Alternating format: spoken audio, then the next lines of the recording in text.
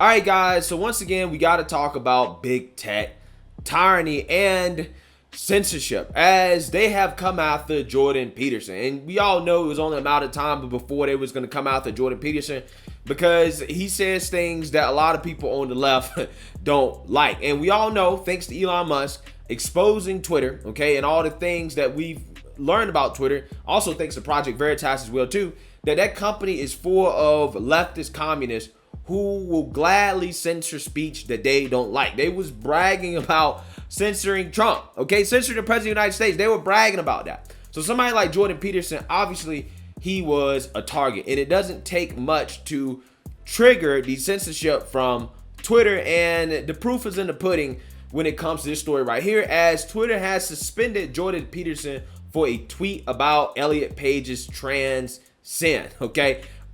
Basically, Jordan Peterson put out a tweet that the left doesn't like, right? That leftists don't like, that they thought was harmful, okay, and hate speech, and they suspended him for. So I want to read about this because, again, this is just another example of Twitter enforcing their ridiculous policies and ways that they simply don't enforce on the left, right? It is totally okay to call Clarence Thomas racial slurs, but if you say something about somebody that's transgender, even if it's grounded in facts and reality, hey, you got to get suspended, right? We're going to suspend you for it. So with that being said, let's go ahead and read about this because this is absolutely ridiculous. Jordan Peterson has reportedly been suspended from Twitter following a post about transgender actor Elliot Page that violated the platform's rules against hateful conduct. Screenshots posted online show the tweet in question from the Canadian clinical psychologist account, which reads, quote, "Remember when pride was a sin and Elliot Page just had her breast removed by a criminal physician." Okay, so Jordan Peterson committed the sin of saying that you remember when pride was a sin and Ellen Page just had her breast removed by a criminal physician. So there's probably two things that Twitter was upset with Jordan Peterson about when it comes to his tweet. Is one, calling pride a sin, and two, so-called dead naming Elliot Page, right? Using their formal name, which is Ellen Page. Now, Ellen Page is an actor. I don't really know all that much about her because I'm not into Hollywood stuff. But apparently, she was this actor that came out as transgender, changed her name to Elliot, and got her breast removed, right? And Jordan Peterson committed the crime of simply having an opinion on that Twitter didn't like, and they suspended him for it. Page came out as transgender in 2020, announcing he would now be known as Elliot Peterson. Peterson, 60, is guilty of, quote, dead naming the 25-year-old Umbrella Academy star, a source close to the Oscar-nominated actor told the Post. Peterson, who joined the staff of conservative podcast outlet Daily Wire on Thursday, is infamous for his anti-trans stance. He once claimed on Joe Rogan's podcast that being transgender is a result of, quote, a contagion and similar to satanic ritual abuse. Conservative political commentator David Rubin posted screenshots of the removed tweet online, writing, quote, "The insanity continues" at Twitter, and claiming that Peterson just told me he will never delete the tweet, paging Elon Musk. Yeah, so Jordan Peterson is saying that he will never delete the tweet, which effectively makes it a ban, which reminds us of the Babylon Bee situation, in which Twitter suspended them for a tweet, I believe, having to do with Biden's transgender health secretary or something like that. I'm forgetting the person's name off the top of my head, but they got suspended for that. And because they refused to delete the tweet, the Babylon Bee is still banned, which allegedly is part of the reason why Elon Musk was motivated to try to buy Twitter in the first place. Is bans like that, okay?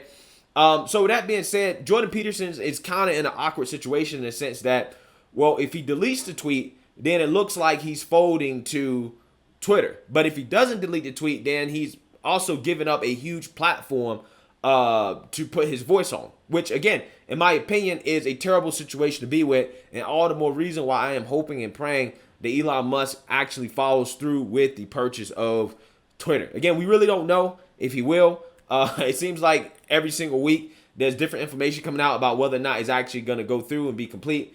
But who knows? I'm just saying situations like this is all the more reason why we should hope and pray that Elon Musk actually purchases this company, because this is just ridiculous, right? I mean, this tweet is pretty benign, to be quite honest with you. Peterson's daughter, Michaela, also tweeted screenshots of the tweet online, taking aim at Twitter and Elon Musk, who has been working to acquire the social media platform. Quote, wow, Jordan Peterson got a Twitter strike. No more Twitter until he deletes the tweet. Definitely not a free speech platform at the moment, Elon Musk, she wrote. The post has reached out to Twitter reps for comment.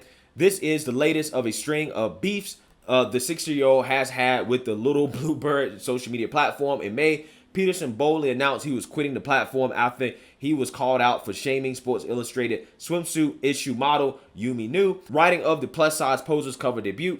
Quote, sorry, not beautiful, and no amount of authoritarian tolerance is going to change that. Meanwhile, Twitter has a history of booting individuals and even entire organizations, including the Babylon Bee, off the platform for not respecting trans identities, Fox News reported.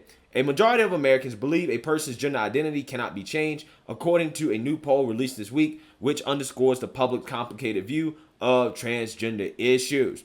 The Pew Research Center survey found that 60% of adults say a person's gender is determined by their sex assigned at birth. That's a 4-point increase from the previous year, 56% in 2021, and a 6-point spike from 54% in 2017. So, hey, at least that's a good sign that the public is in line with sanity on this issue, okay? And it's a shame that it's really only 60%. It really should be more. However, despite the public being in line with sanity when it comes to this issue, you still have companies like Disney that are pushing woke propaganda in the sense where they're having a coming out the closet moment on a lot of these issues, and their latest coming out the closet moment really does just play into the insanity, as they have a new kids show about Baymax, a character from Disney's movie Big Hero 6. I haven't seen it, but I know a little bit about it. Baymax is supposed to be like a healthcare like robot or something like that, and I want you guys to take a look at one of their previews from this show that they're doing with this healthcare robot and the agenda that they're pushing here.